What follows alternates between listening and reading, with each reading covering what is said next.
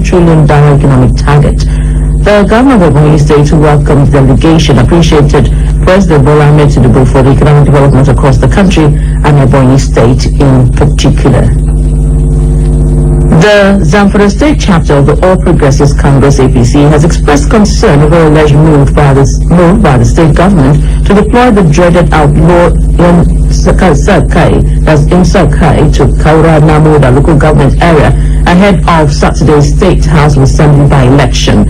In a statement, the APC Publicity Secretary in the state, Yusuf Idris Kusau, alleged that members of the outlawed group had been sighted entering the government house. He claimed that information gathered indicated that they were being provided with uniforms and firearms associated with the state government security watch group. The statement described the situation as alarming, alleging that it was part of a plot by the People's Democratic Party, that's the PDP, and the state government to influence the election outcome in favor of their candidate, regardless of possible harm to persons or property. Similarly, the Kaduna State Police Command has announced a restriction of movement on Saturday starting from 12 a.m. in Samandari, Zaria, Chukum, and Gojuru local government areas. In a statement by the Command's Police Public Relations Officer, DSP Mansur Hassan, the Commissioner of Police explained that the measure is part of the security arrangement put in place ahead of the upcoming by-election in the affected areas. He stated that the aim is to ensure public safety, prevent any breach of peace, and to guarantee a smooth and orderly election process. The Commissioner advised the public to comply with the directive, noting that only personnel on essential duties and those with valid election assignments will be exempted. Away from politics, the National Bureau of Statistics, NBS, says Nigeria's headline inflation rate has dropped to 21.88% in July 2025, down from 22.22% in June. The NBS announced the reduction in its monthly consumer price index (CPI) reports released in Abuja. According to the reports, this is the fourth disinflation recorded in 2025. In that report, the Bureau said the movement for July 2025 headline inflation rate showed a decrease of 0.34% compared to the June 2025 headline inflation rate. This means that in July 2025, the rate of increase in the average price level was higher than the rate of increase in the average price level in June 2025. The NBS also said food and non-alcoholic beverages, restaurants, and accommodation services, as well as transport, were the top contributors to the consumer price index. Radio Nigeria, uplifting the people and uniting the nation.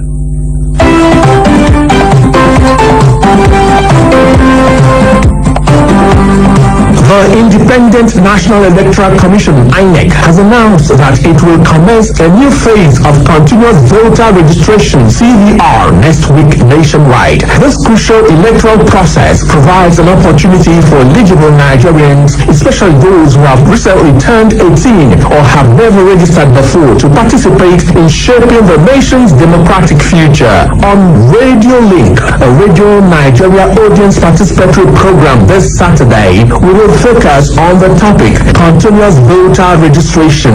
Our guest shall be the Director of Voter Education and Publicity in INEC, Mrs. Victoria Etamesi, and the Executive Director, Center for Transparency Advocacy, Ms. Faith Wadishi. You can be part of the program by dialing 0915 091 0482, 0915 091 0483, and 0808 281 4453. You could also send us email on frcncurrentaffairs@yahoo.com.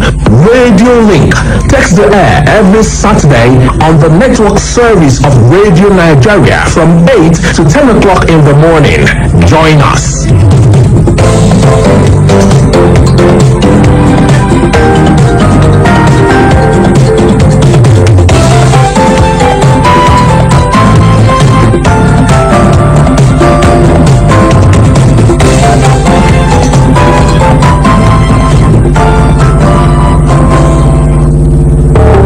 Life like say you get emergency and dem no fit call your family, even police, no internet to even take connect emergency matter. That one na serious gbege. Time don come make we shine our eyes for we telecom infrastructure to stand gidigba. Anytime wey all these jaguda area boys shook hand thief anything for we telecom mast abi na fiber cable, e no dey make life easy for my country people. Nigerians business no go go well, even our life go enter gobe. Fear no be only iron and cables wey we dey scatter, our future follow. Even safety and to connect to the world. My country people, make we stand gidigba, stop all these area bad boys, make we save and keep Naija connected and safeguard our national progress. If you see any bad thing, make you bring 622 to report all these jaguda area bad boys for any network, and you fit send email to protect@ncc.gov.ng.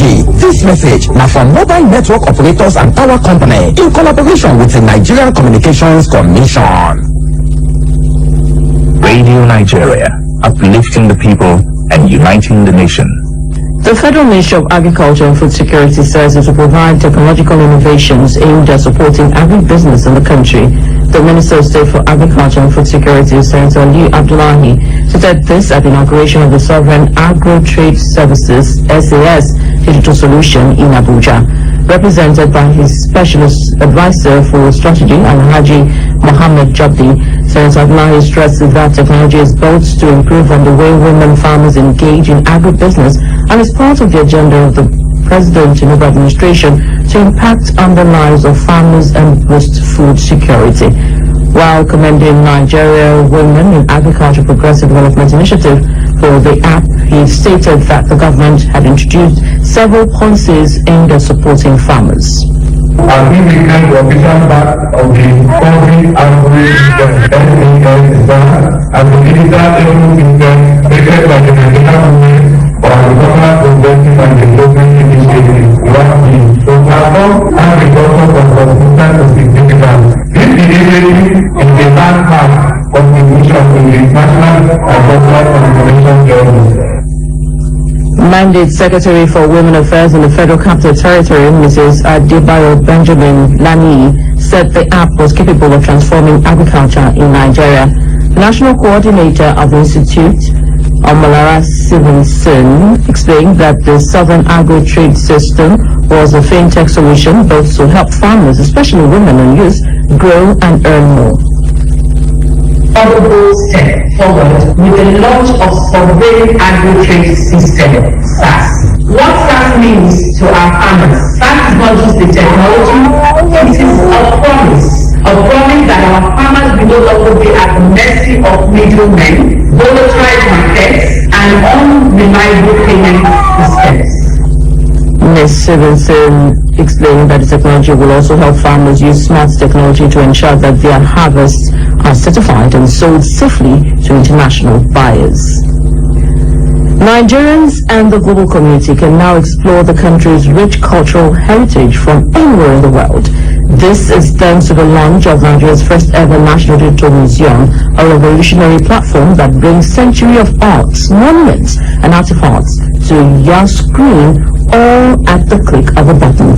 The National Digital Museum, a collaborative effort between Global Telecommunication Infrastructure Giant, IHS Nigeria, and the National Communication for Museums and Monuments, was unveiled at a glamorous ceremony in Lagos. Our correspondent Innocent Oma was there and now reports. The National Digital Museum marks a major leap in the digitization of Nigeria's cultural legacy. It aims to showcase the country's past while inspiring future generations. Mind-blowing cultural performances like this set the tone for the historic night as Nigeria officially joined the Digital Museum age.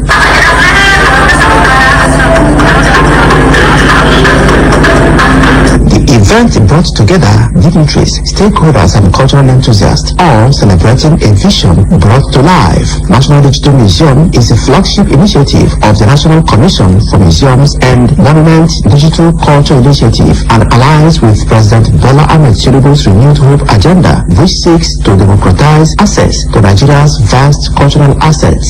Muhammad Dawish, CEO of IHS Nigeria, described the moment as a proud one, not only preserving and promoting Nigeria's cultural heritage, but also making it globally accessible. We are about providing the platform for people to connect and for people's lives to be easier. I've been in Nigeria for more than 20 years, until for the past few years where my Chief Corporate Services Officer and Kazim, my CEO, started introducing me to Nigerian art, and I fell in love with it.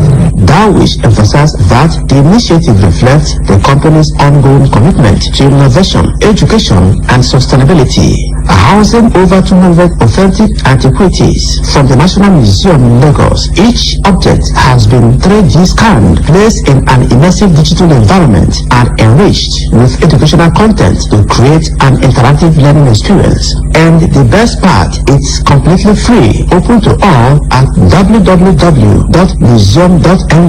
Minister of Arts, Culture, Tourism, and the Creative Economy, Hamatu Musawa, held the launch as a transformative milestone, noting that it brings Nigeria's cultural treasures to a global stage, available for exploration like never before. Who we are and what makes us so dynamic and special as a people lies in those values, those traditions, those cultures that are well articulated, the expressions within our monuments and in our museums. Director General of the National Commission for Museums and Monuments, Amuludun Holloway, emphasized the importance of connecting with younger tech-savvy audiences. He thanked IHS Nigeria for sponsoring the project and making it a reality. The NCMM finding a solid partner in IHS truly is a game changer. From ancient artifacts to timeless stories, Nigeria's history now lives online, accessible, immersive, and inspiring. Visit www.museum.ng and step into a world of heritage redefined for the digital age in Lagos. Innocent Honor, Radio Nigeria. Bayelsa State Government has reiterated its commitment to fulfilling all financial obligations to ongoing capital projects being executed by the present administration. Commissioner for Information, Orientation and Strategy, Will Koko Obiwai, made the pledge in Yenagwa at the income and expenditure profile briefing for the months of May, June, and July this year. Alambada Atoye reports that the state government declared a closing balance of over 165 billion naira in its coffers as of the end of July. The Commissioner for Information, Orientation and Strategy said the Bayelsa State Government has institutionalized the monthly income and expenditure profile briefing as part of its commitment to transparency and public accountability. Mrs. Obiewukoko Obiai stated that the policy philosophy is behind all the ongoing projects in the state to fast-track development, stressing that the Governor Doyediri-led administration will continue to finance the projects with the goal of completing them before leaving office. The projects that we are doing, we have the 9-story secretariat building, the International Standard FIFA Stadium, the Lembe Brass Road, Yenago Kuroma Road, and the Kerema Agri. We have other roads in the state, and there are other projects in education that we are embarking upon. Technical advice on Treasury, Revenue and Accounts to the Governor, Mr. Timi Preseipulu, while giving a breakdown of the income and expenditure profile of the state for the months of May, June and July this year, said over 165.8 billion naira was the balance in the state's coffers as of the end of July after recurrent and capital expenses. He said much of the funds were being expended on capital projects which got 94.8 billion for May, 35 billion for June and 79 billion for July, while recurrent expenditure was 7.3 billion naira for May, 6.4 billion naira for June and 6.3 billion naira for July. You can now identify why that amount is huge because of the numerous capital projects that are going on. The payments for May alone came to 94.5 billion for capital items. On the tax reform, Mr. Saipulo noted that the new Tax Law Act, when implemented, will have effect on the revenues of the state. In Yenegwa, Alambo, Datonye, Radio Nigeria. Two suspects have been arrested by the Plateau State Police Command for illegal possession of firearms with 3 locally made weapons and ammunition recovered in separate operations across the state.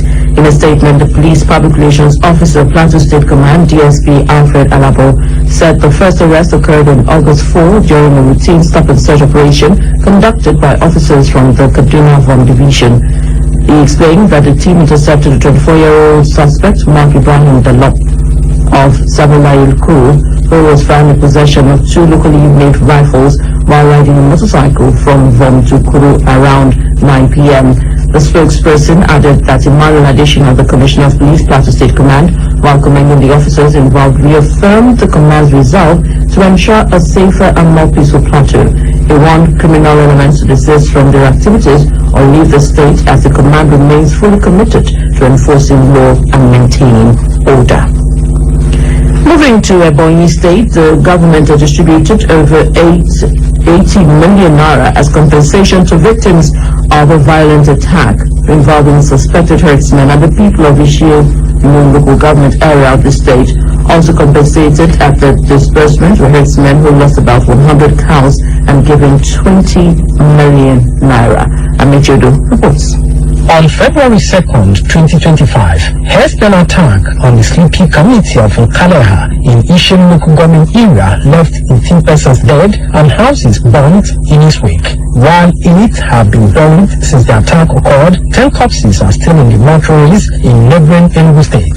Presenting checks to the victims, the deputy governor of the state, Mrs. Patricia Obila, who represented the state governor, explained that the compensation was done in 4 categories depending on the degree of losses suffered by the people. 18 families lost their lives. We are giving each family 2 million naira. We have some abode buildings that was destroyed.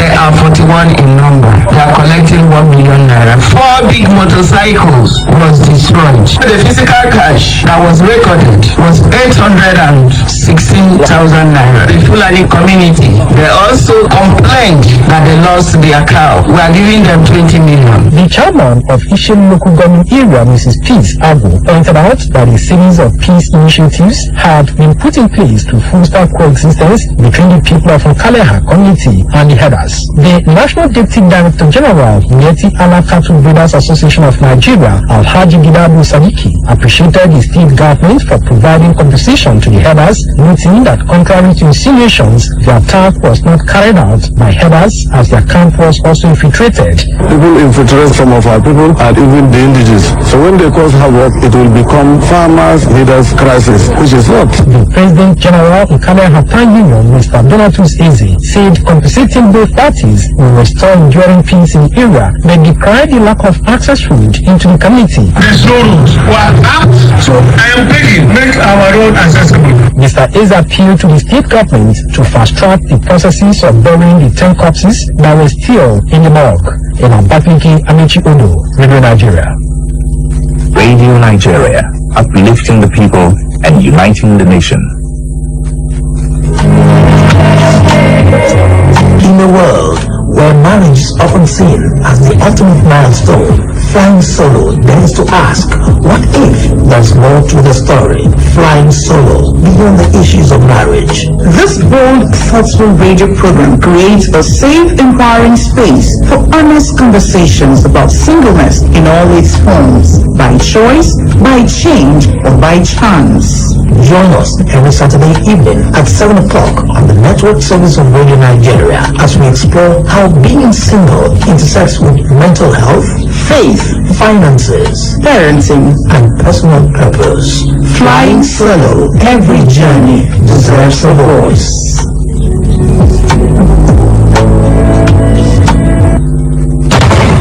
Live from the heart of the African continent. What's shaping the future of Africa? From headline-making decisions in Africa capitals to climate crisis, economic reforms, cultural breakthroughs, and diplomacy that matters. Get the full picture on Africa This Week, Radio Nigeria's weekly current affairs program, bringing you in-depth reports, expert analysis, and voices from across the continent. Conflict go hand in hand with humanitarian crisis because in times of conflict, people are either killed, displaced, people become refugees. How well do you know Africa? Hazet traditionally live in a bands or camps of around 20 to 30 people, and just listen to them interacting with each other over a shared meal.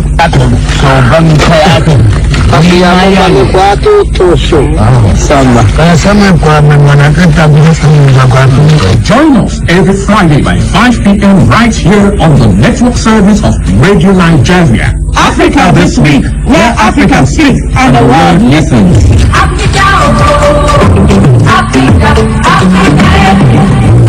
This is Africa This Week. Radio Radio Nigeria, uplifting the people and uniting the nation. Sports update is next.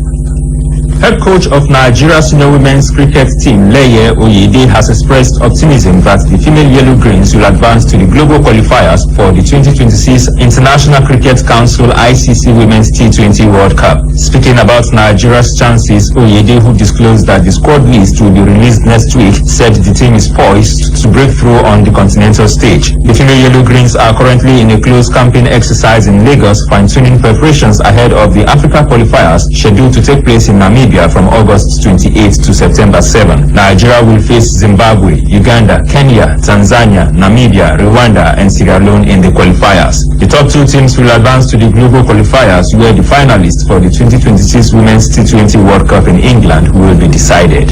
Nigeria and 4 other teams have been officially eliminated from the ongoing CAF African Nations Championships (CHAN) following Thursday's decisive group stage fixtures. Zambia and Angola became the latest casualties after suffering defeats to Morocco and Democratic Republic of Congo. Morocco eased past Zambia 3-1 in a Group A clash, while DR Congo secured a 2-0 victory over Angola. The results leaves Zambia bottom of the group with no points from 3 matches played with a game left, while Angola sits 4th position with 4 points from 4 games. Group leaders Kenya currently top the standings with 7 points from 3 matches, followed closely by Morocco and DR Congo in 2nd and 3rd place, tied on 6 points after 3 games. With their elimination, Zambia and Angola join Nigeria, Burkina Faso, and the Central African Republic in making an early exit from the competition. The 8th edition of the African Nations Championship, which is hosted by Kenya, Tanzania, and Uganda, is billed to end on August 30, 2025. I am Friday Joshua. Thank you, Friday. The commentaries on reversing food scarcity through agriculture extension services is written by Alfred Ajayi of our Purity FM. Welcome. Agricultural extension services entail knowledge transfer through which extension agents educate farmers on the latest farming techniques, pest control methods, soil management, and crop production strategies. It also deals with technology dissemination, which introduces farmers to modern technologies that can enhance productivity. Agricultural extension services can be offered by government agencies, universities, non-governmental organizations, the private sector, or international development bodies. At this critical time, when Nigeria is challenged by acute food shortage and insecurity, the services of agricultural extension agents are of serious importance. Agricultural productivity is faced with all forms of insecurity, ranging from banditry and kidnapping to climate-induced insecurity caused by flooding, desertification, erosion, drought, and increased likelihood of crop failure. If farmers must be able to keep hope alive and cope better, extension agents must be their closest allies. Regrettably, these essential workers are in short supply. The African Seed Access Index of 2020 report reveals that Nigeria's agricultural extension workers to farmers ratio are the lowest. The situation in Nigeria is worsened by the fact that farming communities are geographically located far apart in difficult-to-reach zones with deplorable roads. There is therefore a compelling need for governments at the federal, state and local government levels to recruit more extension agents. First, governments must prioritize periodic training to build the capacity of existing extension workers, while training centers should be established at state and regional levels to increase the workforce. Also, technology should be leveraged to enable agricultural extension agents to learn and upgrade their skills. Not only this, farmers should be introduced to the use of ICT and digital tools to access information on their own and reduce the burden on existing agents. The government and the private sector should look into promoting digital advisory services to complement the work of extension agents by adopting the use of SMS-based services radio programs, and online fora to deliver information to farmers. Acknowledging the fact that governments cannot do it alone, public-private partnerships (PPP) is strongly recommended. In other words, governments should partner non-governmental organizations and the private sector to increase the reach of agricultural extension services. Nigeria should promote farmer-to-farmer extension by identifying lead farmers who can be trained and will help in spreading the knowledge and techniques among the farming community. Better salaries, transportation, housing, and equipment must be provided to attract more people into the profession and reduce the rate of attrition. There must also be decentralization of agricultural extension services with the local governments. Governments must also demonstrate commitment through increased budgetary allocation, which should be deployed to recruitment, training, and deployment of agents. Collaboration with international bodies like Food and Agricultural Agency, FAO, International Fund for Agricultural Development, IFAD, and the World Bank can also provide the needed financial and technical support to strengthen extension services. That commentary on reversing food security, that's food scarcity through agriculture extension services, was written by Alfred Ajayi and read by Mara Mukusanjo. For weather update, it is raining in Asaba, Uyo, Bauchi, Jalingo, Oka, and the Federal Capital Territory at 28 degrees Celsius, while Umuahia and Yola is experiencing intermittent cloudy weather at 19 degrees Celsius. To end the news, here is a recap of the major stories. The federal government has showcased the administration's gains in Ebonyi State. APC in Zamfara State has raised the alarm over deployment of a legal security outfit for tomorrow's assembly by-election. Nigeria's inflation rate has dropped to 21.88% in July this year. And we also told you that police in Plateau State have arrested 2 suspects for illegal possession of firearms. That's the news, edited by Ibrahim Shuaibu and the production team. I'm Harriet Adams. Thank you so much for listening. To stay tuned, Hajj the Spiritual Journey will come your way exactly 4:30. Wherever you are in Nigeria,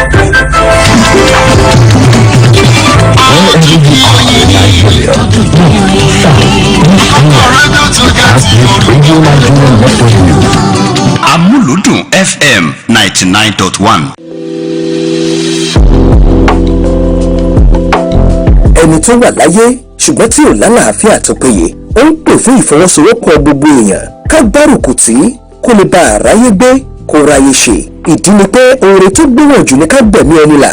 Ìbáṣepọ̀ bá a ṣe ń péjú sìnkú ni à ń péjọ ṣètọ́jú aláìsàn. Yorùbá ló ti kú ó ṣeé ṣe kó lè ti ìrẹ̀wàlẹ̀ àṣà. Ẹ̀yẹ̀ lè ju àánú tọ́lá fi burújí dálọ́lá lọ́gbẹ́lọ́gbẹ́ lọ́gbàlọ́gbà olóṣèlú tó nífẹ̀ẹ́ ọmọnìyàn dénú àti gbogbo ọmọ Nàìjíríà lápapọ̀. Ẹ dákun ẹ jọ̀ọ́ ẹ má káwọ́ gbéra wò wá hàn lórí àìlera Gabriel Ọ̀nàfúrúmẹ̀ òṣìṣẹ́ fẹ̀yìntì táwọn onímọ̀ ìṣègùn òyìnbó sọ nínú ìwádìí wọn wípé ó ní àìsàn jẹjẹrẹ ilé ìtọ̀. Orúkọ mi ni Gabriel Ọ̀nàfúrúmẹ̀. Mo jẹ́ ọmọ Nàìjíríà. Àìsàn kan wá rọ́lù mi tí mo dẹ̀ ń bá yí láti ìgbà yẹn títí di àsìkò yìí tó tún lé sí lójoojúmọ́. Wọ́n diagnose ẹ̀ pé prostate cancer. Gbogbo ohun ìní ni mo ti fi ń ṣe ìtọ́jú ara láti ìgbà yẹn títí di àsìkò yìí. Agbára ti wá pín báyìí. Orúkọ ìbò yẹn Lutein 177 PSMA therapy nìkan tí wọ́n fẹ́ fi ṣe ìtọ́jú mi nìyẹn. Kò sí agbára láti ṣe. Ìkọ̀ọ̀kan ẹ̀ jẹ́ 5 million naira. Mo fi wá jáde wá kéde gbogbo ẹ̀yin ọmọ Nàìjíríà kí ẹ jọ̀ọ́ kí ẹ wá ràn mí lọ́wọ́. ọba òkè òní ṣe é lálàdúrà kan tí ń gbélé ìwòsàn fojoojúmọ́ gbàdúrà fún ìlera. Ẹ̀bẹ̀ là ń bẹ̀ yín, ẹ jẹ́ ká pawọ́pọ̀ bí ìgbà ìkẹ́ṣe fọwọ́ mọ́lé láti du ẹ̀mí Gabriel Ọ̀nàfúrúmẹ̀ lọ́wọ́ ìsan jẹjẹrẹ ilé ìtọ̀ kó lè bọ́ sípò àlàáfíà.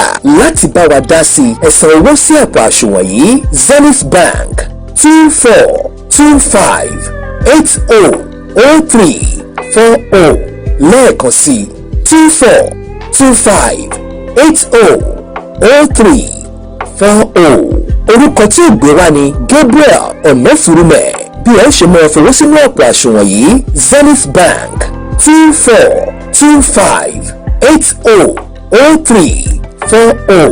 Orúkọ tí ò gbé wá ni Gabriel Ọ̀nàfúrúmẹ̀. Ní agbára Elédùà ẹ ò ní fàìsàn lùgbà, tẹ̀bítẹ̀bí, tàràtàrà, tọmọtọmọ. Ẹ ṣé púpọ̀.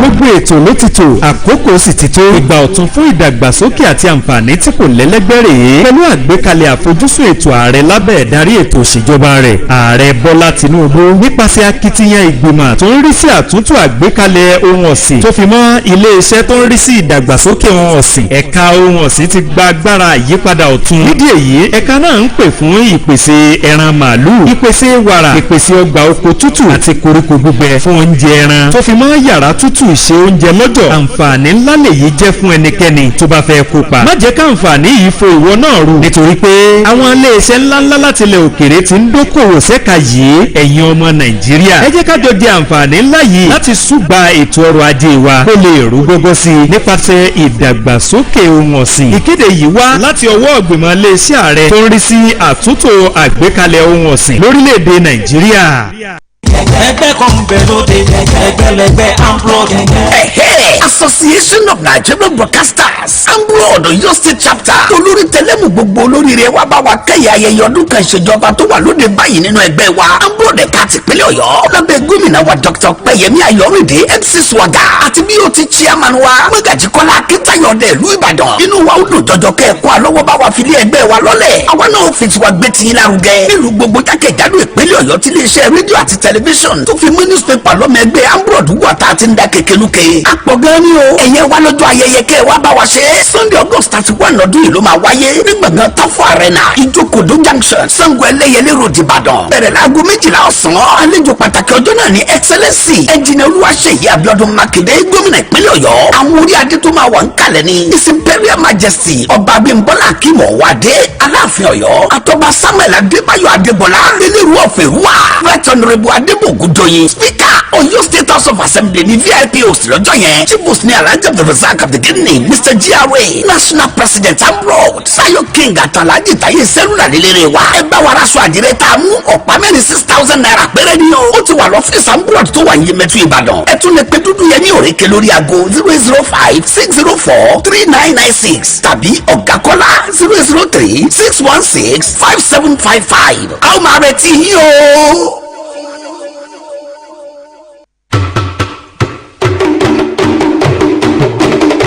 From the heart of the Southwest to every home, every voice, every moment. Radio Nigeria Ibadan, celebrating our legacy, our people, and our impact. Join us for the Regional Impact and Expansion Assembly, a celebration of heritage, innovation, and transformation. It's happening on September 25, a bold step into the future of broadcasting. From the voices that shaped generations to the new waves of tomorrow, we are expanding our reach, redefining our relevance. Radio Nigeria Ibadan, our legacy, our people, our impact. Don't miss it. September 25th, be part of History in Motion.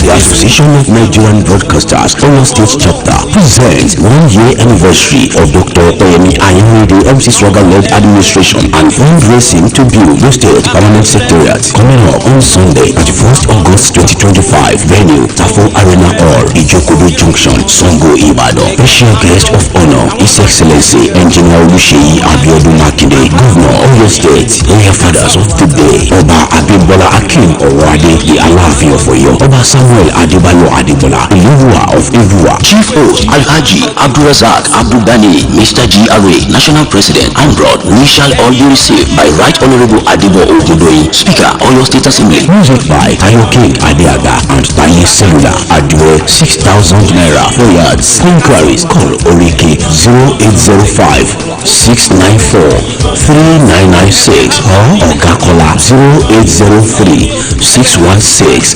5755. Oyo State Ambrod 1 year anniversary. Don't miss out. Lágbo fàájì lágbo fàájì lè tó pàtàkì tí ó mọ dé sí etí gbọ̀yìn ní ìkànnì tó táwọn yọ Amuludun FM 99.1 ní Moniya Ibadan ní gbogbo alẹ́ Friday ìbẹ̀rẹ̀ látago mẹ́jọ àbọ̀ sí mẹ́sàn-án alẹ́ níbẹ̀ lẹ́yìn tó máa pàdé ọmọ yín ọ̀rẹ́ yín olólùfẹ́ yín Musa Alabi Eleniyan ó máa ní agbára jù. Ìpele mẹ́ta lè tó lágbo fàájì pé sí ìpele àkọ́kọ́ òun náà ní ìpele àlùjó níbi tó ti máa gbọ́ àwọn àlùjó tó fa kíkì àwọn orin aládùn ọlọ́kùn òjò kan. Ìpele ẹlẹ́ẹ̀kejì olóbó ṣe ń lọ lágbo fàájì. Ìpele ẹlẹ́ẹ̀kẹta ní ìpele àlejò wa níbi táwọn ti máa gba àwọn àlejò lọ́lọ́kùn òjò kan. Ẹ wo ẹ bá jẹ́ ń sọ̀rọ̀ jù ẹ jẹ́ àpàdé ọmọ yín ọ̀rẹ́ yín Musa Alabi tí ẹ mọ̀ sí Eleniyan lálẹ́ Friday ọ̀sẹ̀ yìí bẹ̀rẹ̀ láago mẹ́jọ àbọ̀ sí mẹ́sàn-án àṣálẹ́ lágbo fàájì. Ẹ wo ẹ bá jẹ́ ń sọ̀rọ̀ jù ẹ dúró dalẹ́ Friday ẹ máa gbádùn ẹ̀ yàtọ̀.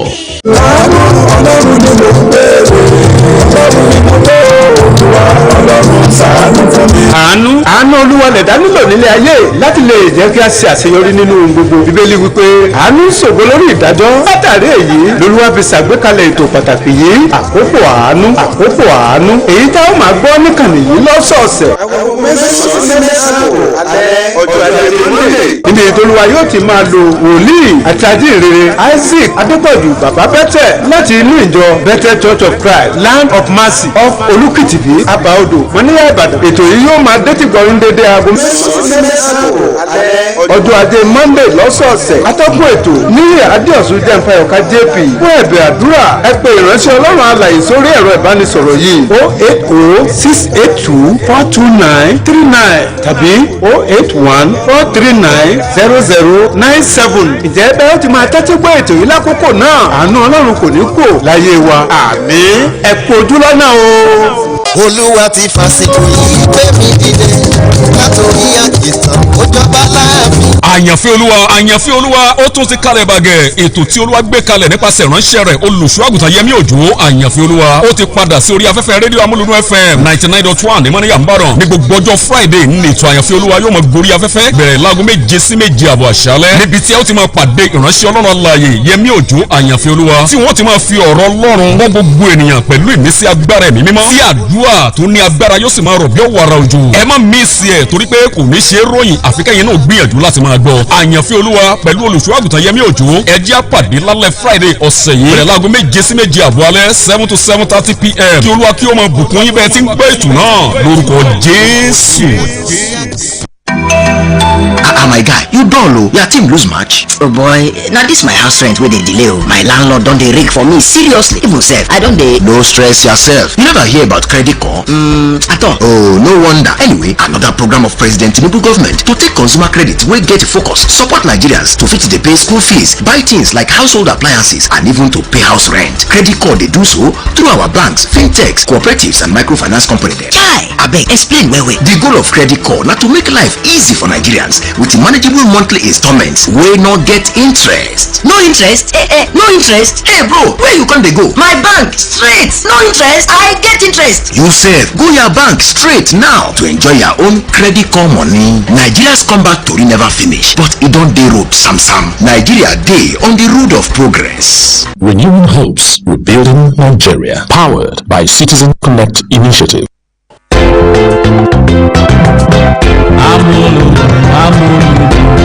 Amuludun.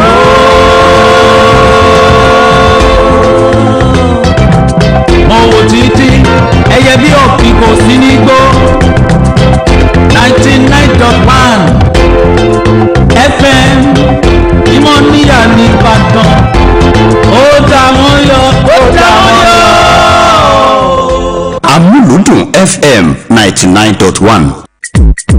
Ìwọ ọ̀rẹ́ mi tẹ́tí kò kọ́ bó ṣe ń dún Amuludun FM 99.1 omilẹ̀ jìjìjì sétí aráyé ìwọ máa gbé kúrò níbẹ̀ o àtàwọn yọ àní ò máa gbé kúrò níbẹ̀ o àtàwọn yọ ó yá ọ̀rẹ́ mi àtàwọn yọ ètò àtàtà lóríṣiríṣi àtàwọn yọ ìròyìn àsìkò tó kún rẹ́rẹ́ àtàwọn yọ pápá olówó ọjà lọ́dọ̀ tí a àtàwọn yọ gbogbo ayé ló ń gbọ́ wá àtàwọn yọ ẹ̀yin tèmi abẹ́lé nǹkan àtàwọn yọ ó yá máa gbé kúrò ní bẹ̀sẹ̀ àtàwọn yọ Amuludun FM Moniya ní Ìbàdàn àtàwọn yọ ọ̀rẹ́ mi àtàwọn yọ. When he was thrown in the well or locked in the dungeon, betrayed by his own flesh and blood, convicted of what he did not, handsome Yusuf sighed, Allah is enough for me. Òṣùpá dúdú ewúro mọ̀ṣá lọ́rọ̀ orin tiwa o. Tẹ̀tẹ̀rẹ̀ kú tí lómi ilẹ̀ tẹ́lẹ̀ kan kejì tó dé. Ẹ̀rí dúdú ewúro mọ̀ṣá lọ́rọ̀ orin tiwa. Tẹ̀tẹ̀rẹ̀ kú tí lómi ilẹ̀ tẹ́lẹ̀ kan kejì tó dé. Bàbá tí ẹbí kò ṣàṣọ ṣá o. Tẹ̀tẹ̀rẹ̀ kú tí lómi ilẹ̀ tẹ́lẹ̀ kan kejì tó dé. Bàbá tí ẹbí kò ṣàṣọ ṣá. Tẹ̀tẹ̀rẹ̀ kú tí lómi ilẹ̀ tẹ́lẹ̀ kan kejì tó dé. Ṣùgbọ́n kìíní kan mọ̀ ló jà jù tí mò ń fẹ́. Ìpè kọ́ ló mọ̀ gbà ìyára mi láyéláyé. Ṣùgbọ́n kìíní kan mọ̀ ló jà jù tí mò ń fẹ́. Ìpè kọ́ ló mọ̀ gbà ìyára mi láyéláyé. Torí pé kò àdájú náà. Ọmọ aráyá fojú ìbólẹ̀ ní. Ọmọ aráyá sàdádà ló pọ́n dọ́rọ́. Torí pé kò àdájú náà. Ọmọ aráyá fojú ìbólẹ̀ ní. Ọmọ aráyá sàdádà ló pọ́n dọ́rọ́. Àmọ́ ìṣá ọlọ́run ni ò jẹ́ o, ènìyàn ò fẹ́ bàbá rẹ̀ rò ká sọ. Ọlọ́run ló sọ kó tó. Àti ṣẹ́ ọlọ́run ni ò jẹ́, ènìyàn ò fẹ́ bàbá rẹ̀ rò ká sọ. Ọlọ́run ló sọ kó tó. Ìkà ni wọ́n bẹ̀rí wọn wò wá o, ènìyàn ò fẹ́ ká débi àwọn rè. Ọlọ́run ló sọ kó yá. Ìkà ni wọ́n bẹ̀rí wọn wò wọ́n, ènìyàn ò fẹ́ ká débi àwọn rè. Ọlọ́run ló sọ pé yá. Àmọ́ mo ti wáyé yìí náà mo sì gbọ́dọ̀ ṣe wúre. Wáyé yìí náà mo sì gbọ́dọ̀ ṣe wúre. Mo wáyé yìí náà mo sì gbọ́dọ̀ ṣe wúre. Wáyé yìí náà mo sì gbọ́dọ̀ ṣe wúre. Sábà bí mí kì ní díẹ̀ sí fi gbọ́dọ̀ ṣe wúre. Wáyé yìí náà mo sì gbọ́dọ̀ ṣe wúre. Màláíkà sì yóò já nírú díẹ̀ jẹ́ ń gbọ́dọ̀ ṣe wúre. Wáyé yìí náà mo sì gbọ́dọ̀ ṣe wúre. Àti pé mo súnmọ́ lọ́hùn lọ́nà tó pọ̀ gan. Lómi jẹ́ wípé mo sì gbọ́dọ̀ ṣe wúre. Àti mo súnmọ́ lọ́hùn lọ́nà tó pọ̀ gan. Lómi jẹ́ wípé mo sì gbọ́dọ̀ ṣe wúre. Èmi láti dúpẹ́ oore Ọlọ́run mi. Lómi jẹ́ wípé mo sì gbọ́dọ̀ ṣe wúre. Mo ṣọlẹ̀ mo dúpẹ́ gbogbo oore Ọlọ́run mi. Lómi jẹ́ wípé mo sì gbọ́dọ̀ ṣe wúre. Bọ́lá ni tí ó dúpẹ́ lọ́ba mi ò fẹ́. Lómi jẹ́ wípé mo sì gbọ́dọ̀ ṣe wúre. Àti kọrin ti pẹ́ o, àkọrin ti pẹ́ bẹ́ẹ̀ bá kíyèsí. Tọmọdé yọ nínú ẹ̀ fi ṣọgbọ́n. Táwọn àgbààgbà ń fi sọ̀rọ̀ ìṣítí o. Tọ́ba wọn fọ̀rọ̀ jómi tòrò ọ̀rọ̀. Wọ́n ní lọ gbóṣù pa ọkọ̀ pìtìpìtì orí.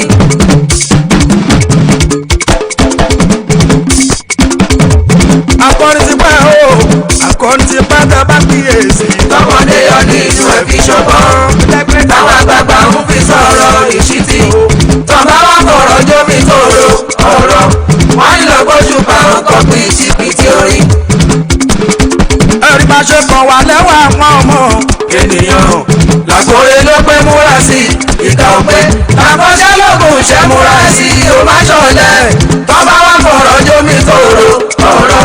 Wọ́n ní lọ gbóṣù pa ọkọ̀ pìtìpìtì orí. Bá ṣe kàn wá lẹ́wà ìwà lẹ́wà ooo. Bá ṣe kàn wá lẹ́wà àwọn ọmọ ènìyàn. Làkòrè ló pé múra sí ìkà òpé. Àkọsẹ́ lóògùn ṣẹ́ múra sí o má ṣọlẹ̀. Tọ́ba wọn fọ̀rọ̀ jómi tòrò ọ̀rọ̀. Wọ́n ní lọ gbóṣù pa ọkọ̀ pìtìpìtì orí.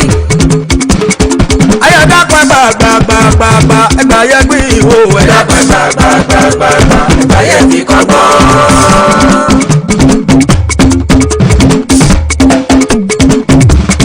ayọ̀ dápẹ́ gbàgbàgbàgbàgbà ẹgbà yẹ gbé ìwò ẹ̀ dápẹ́ gbàgbàgbàgbàgbà ẹgbà yẹ fi kọ́gbọ́n.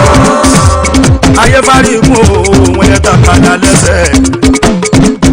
káwọn olùkàbọ̀ wùwà náà fi dátà tí òrò sí. àpèdè rọ̀kọ̀ o àpèdè ràjà. ẹgbọ́n náà ta ni ó rọ̀ wá sẹ́ni tí ò ní wà nù. ayọ̀dá pẹ́ta gbàgbàgbàgbà ẹgbà yẹ gbé ìwò. ẹ̀dá pẹ́ta gbàgbàgbàgbà ẹgbà yẹ fi kọ́gbọ́n. ayọ̀dá pẹ́ta gbàgbàgbàgbà ẹgbà yẹ gbé ìwò. ẹ̀dá pẹ́ta gbàgbàgbàgbà ẹgbà yẹ fi kọ́gbọ́n. èèyàn kan bá yí tó borí o kó tó tàbá sókè. ẹ̀sọ́ fúnka kó má yáyọ̀ jù kó retí ẹ̀sọ́ ẹ̀ á dé. má ṣe rere ló dá nílé ayé o kéré má lójú ká. kàkà kó lóore kú sípò ká bọ́ ṣe kó ti sọ pé a bọ́. ayọ̀dá gbàgbàgbàgbàgbà ẹgbà yẹ gbé ìwò. ẹ̀dá gbàgbàgbàgbàgbà ẹgbà yẹ fi kọ́gbọ́n. àdẹ́dá gbàgbàgbàgbàgbà ẹgbà yẹ gbé ìwò. ẹ̀dá gbàgbàgbàgbàgbà ẹgbà yẹ fi kọ́gbọ́n. àríṣẹ́lẹ̀ ká tún má ṣiṣẹ́ o bàbá ò tẹ́ dàrú. iṣẹ́ máa ló pààyàn ṣiṣẹ́ má ṣọlẹ̀ kì í ṣiṣẹ́. èèyàn máa ṣiṣẹ́ fóníṣẹ́ o ìyẹn la ṣe dànù. ká ṣiṣẹ́ ká jèrè tabarére jẹ́ máa níṣẹ́. ayọ̀dá pẹ́pẹ́ gbàgbàgbàgbà ẹgbà yẹ bí ìwò. ẹ̀dá pẹ́pẹ́ gbàgbàgbàgbà ẹgbà yẹ bí gbọ̀ngbọ̀n. torí bó níṣẹ́ ṣiṣẹ́ o bó níṣẹ́ ṣiṣẹ́ tọ́lẹ̀ ń jọ̀lẹ̀. tó sọ pé mi kọ́ mi kì í ṣoníṣẹ́. tó láyé yìí tí mo wá mi ò wá ṣiṣẹ́. bó bá pàṣẹ jẹ èlé pàṣẹ jẹ. torí tó bá dìgbà tó níṣẹ́ ẹ̀ bá jèrè iṣẹ́. báyẹn lọ́lẹ́ àtọwọ́ òun kan ti jèrè mẹ́lẹ́.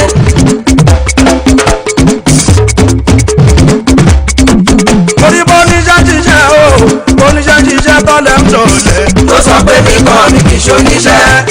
tó láyé yìí tí mo wá mi ò wá ṣiṣẹ́. tó bá pàṣẹ jẹ èlé pàṣẹ jẹ. torí tó bá dìgbà tó níṣẹ́ ẹ̀ bá jèrè iṣẹ́. báyẹn lọ́lẹ́ àtọwọ́ òun kan ti jèrè mẹ́lẹ́.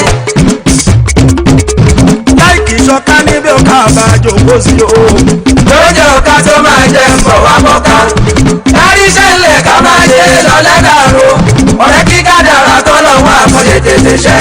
mo rámọ́ kádàrá bí ẹni sẹ́fẹ̀ kò jìnnà. láìkì ṣọká o láìkì ṣọká níbi ọkà àbájọ kó sí. lójó ọ̀ka tó máa jẹ ń bọ̀ wá bọ́ka. kárí ṣẹlẹ̀ ká máa ṣe lọ́lẹ́ dàrú. ọ̀rẹ́ kí kádàrá tọ́lọ̀ wá àkọlé tètè ṣẹ́. mo rámọ́ kádàrá bí ẹni sẹ́fẹ̀ kò jìnnà. àmọ́ sábúrì má dọ̀tẹ̀ ayé lábá. ayé lábá o borí má dọ̀tẹ̀ ayé lábá.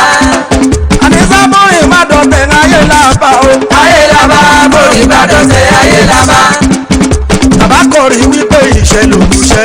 iṣẹ́ lògùnṣẹ́ borí má dọ̀tẹ̀ ayé lábá. ọ̀dà lóhùn nọ́mbà wíwọ̀ ọ̀tẹ̀ pọ̀ nìyẹn. ọ̀tẹ̀ ti dé borí má dọ̀tẹ̀ ayé lábá. bàbá kọrin ló pè wí pé kà ó pé. ìkà ó pé borí má dọ̀tẹ̀ ayé lábá. ìkà lóhùn nọ́mbà wíwọ̀ ọ̀tẹ̀ mà ti dé. ọ̀tẹ̀ ti dé borí má dọ̀tẹ̀ ayé lábá. ṣùgbọ́n wọn ló ṣáájú jó orí ló ṣáájú ọ̀tẹ̀ orogún ṣẹlẹ̀ kòtù. àwọn ló ṣáájú jó orí ló ṣáájú ọ̀tẹ̀ orogún ṣẹlẹ̀ kòtù. àwọn ló ṣáájú jó orí ló ṣáájú ọ̀tẹ̀ orogún ṣẹlẹ̀ kòtù. àwọn ló ṣáájú jó orí ló ṣáájú ọ̀tẹ̀ orogún ṣẹlẹ̀ kòtù.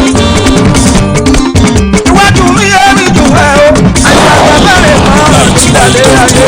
àwọn ló ṣáájú jó orí ló ṣáájú ọ̀tẹ̀ orogún ṣẹlẹ̀ kòtù. iwájú mi yé mi jù ẹ o àgbàgbà mẹ́rin kan ìdàlẹ́ ayé. àwọn ló ṣáájú jó orí ló ṣáájú ọ̀tẹ̀ orogún ṣẹlẹ̀ kòtù. iwájú ló mọ ohun tó yẹnu tálíkà mọ ohun tó bá tó olówó mọ iye wọn tó mọ ọkọ mọ bàrẹ ayọ̀ mi jẹ. ojú ló mọ ohun tó yẹnu tálíkà mọ ohun tó bá tó olówó mọ iye wọn tó mọ ọkọ mọ bàrẹ ayọ̀ mi jẹ. ojú ló mọ ohun tó yẹnu ló mọ ohun tó yẹnu ló mọ ohun tó yẹnu ojú ló mọ ohun tó yẹnu tálíkà mọ ohun tó bá tó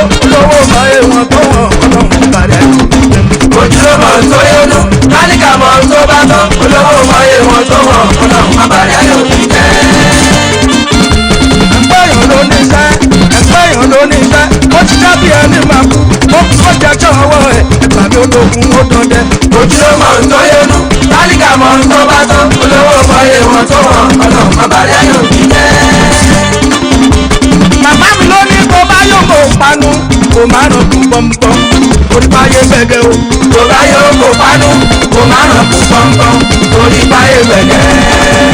màmá mi ló ní kó bá yóò kó panu kó má ràn kú pọ́npọ́n torí báyé gbẹ̀gẹ̀.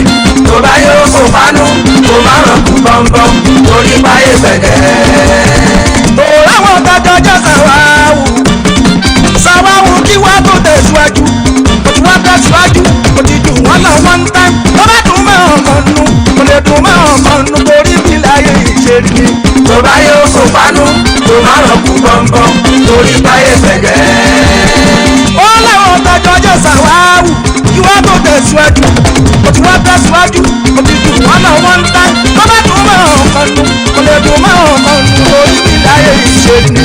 tó bá yóò kó panu kó má ràn kú pọ́npọ́n torí báyé gbẹ̀gẹ̀. àwọn tó jù lọ ń kọ́ tọ́nilọ́kàn fọ́jọ́ kan tọ́nilọ́kàn fọ́jọ́ kan àwọn abá ẹ̀ níwájú wọ́n ìbá ẹ̀ níwájú òtún tí wọ́n tẹ̀síwájú wọ́n ti di lóhùn sọ́ọ̀bù kò bá dùn mọ́ ọ̀kan nínú kò lè dùn mọ́ ọ̀kan nínú torí bí láyé ìṣèlú ni. tó bá yóò kó panu kó má ràn kú pọ́npọ́n torí báyé gbẹ̀gẹ̀. àwọn tó jù lọ ń kọ́ tọ́nilọ́kàn péjọ kan àwọn abá ẹ̀ níwájú wọ́n ìbá ẹ̀ níwájú òtún tí wọ́n tẹ̀síwájú wọ́n ti di lóhùn sọ́ọ̀bù tó bá dùn mọ́ ọ̀kan nínú kò lè dùn mọ́ ọ̀kan nínú torí bí láyé ìṣèlú ni. tó bá yóò kó panu kó má ràn kú pọ́npọ́n torí báyé gbẹ̀gẹ̀. tí wọ́n ń wò níwájú káwọn rí pé wọ́n kàn ń bọ̀ kó bá máa wò níwájú tó bá dùn mọ́ ọ̀kan nínú kò lè dùn mọ́ ọ̀kan nínú torí bí láyé ìṣèlú ni. tó bá yóò kó panu kó má ràn kú pọ́npọ́n torí báyé gbẹ̀gẹ̀. ọ̀tọ̀ jù wá lọ ń kọ́ tí wọ́n ń wò níwájú káwọn rí pé wọ́n kàn ń bọ̀ kó bá máa wò níwájú tó bá dùn mọ́ ọ̀kan nínú kò lè dùn mọ́ ọ̀kan nínú torí bí láyé ìṣèlú ni. tó bá yóò kó panu kó má ràn kú pọ́npọ́n torí báyé gbẹ̀gẹ̀. sáàmù bí mo ṣe ń ṣeré mi eléyé wọn bóyá wọn tó lóye gbogbo èdè wa pẹ̀lú lù ló ní àwọn tó lọ́gbọ́n. sáàmù gbogbo èdè wa pẹ̀lú lù ló ní àwọn tó lọ́gbọ́n. Saidi mọ́mọdé ṣe ń lò làgbà ń jò kó ń kó lóyò. Saidi mọ́mọdé ṣe ń lò làgbà ń jò kó ń kó lóyò. eléyìí kò fara ríro kò fa wàhálà wọ́n ń jò bárabá. sáàmù fara ríro kò fa wàhálà wọ́n ń jò bárabá. bẹ́ẹ̀yàn lórí tí mo bá kọ̀ pé kóyè ń wo níbi tọ́gbọ́n mọ́. bẹ́ẹ̀yàn lórí tí mo bá kọ̀ pé kóyè ń wo níbi tọ́gbọ́n mọ́. ojúlówó olórí làwa wà nínú aláré. ojúlówó olórí làwa wà nínú aláré. torí pé bàbá ń sọ lórí lólórí tọ́jọ́jú lólórí. Saidi yé bàbá ń sọ lórí lólórí tó tọ́jú lólórí. olórí náà ó yẹ kó lè kọrin fàájì àwọn tó bá fẹ́. ó yẹ kó lè kọrin fàájì àwọn tó bá fẹ́. sáàmù pátá bá ń sọ lórí lólórí tó tọ́jú lólórí. olórí náà ó yẹ kó lórí pẹ̀tù sọ́kàn fáwọn tó ń banú jẹ́. ó yẹ kó lè forí pẹ̀tù sọ́kàn fáwọn tó ń banú jẹ́. sáàmù pátá bá ń sọ lórí lólórí tó tọ́jú lólórí.